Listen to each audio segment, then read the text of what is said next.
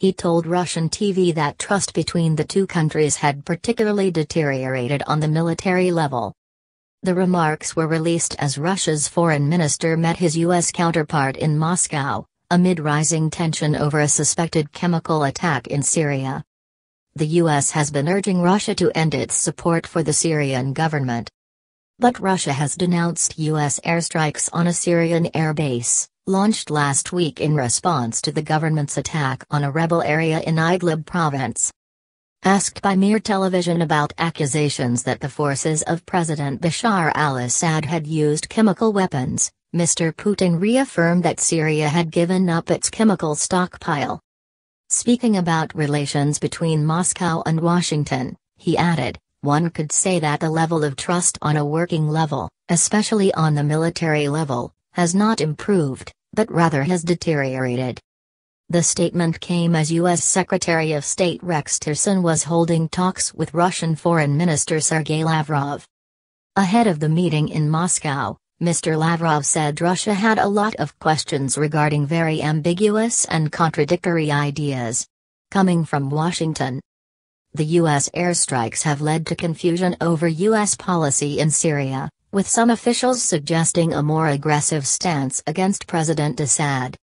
On Tuesday, President Donald Trump said the priority remained defeating the Islamic jihadist group and that the U.S. was not going into Syria's civil war. Mr. Tillerson said he looked forward to a candid exchange so that the two countries could better define and narrow their differences. Key ally. Mr. Tillerson has warned that Russia risks becoming irrelevant in the Middle East because of its support for Mr. Assad. However, the BBC's Steve Rosenberg in Moscow says President Assad is Russia's key military ally in the Middle East and Mr. Tillerson may need to rethink his belief that he can weaken Moscow's support for him.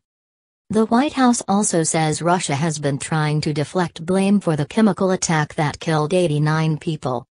U.S. intelligence reports say the Syrian government used chemical weapons during airstrikes on the rebel-held Syrian town of Khan Sheikhoun that left 89 people dead. Syria denies this and Moscow has instead blamed rebel forces, which it suggests were storing chemical weapons which were hit in the raids. The UN Security Council is to vote later on Wednesday on a draft resolution by the U.S., UK and France requiring the Syrian government to cooperate with an investigation into the chemical attack. President Putin has also called for an independent UN investigation. On Tuesday, Mr. Tillerson attended a G7 meeting in Italy aimed at hammering out a unified approach to Syria before he headed to Moscow. But divisions arose as UK Foreign Secretary Boris Johnson proposed sanctions against Syrian and Russian military figures over the chemical attack. Italian Foreign Minister Angelino Alfano said ministers wanted to engage with Russia and use its leverage over Mr. Assad. But Mr. Tillerson won support over the U.S. retaliatory strike on Syria, which he said was necessary to prevent chemical weapons falling into the hands of jihadist groups.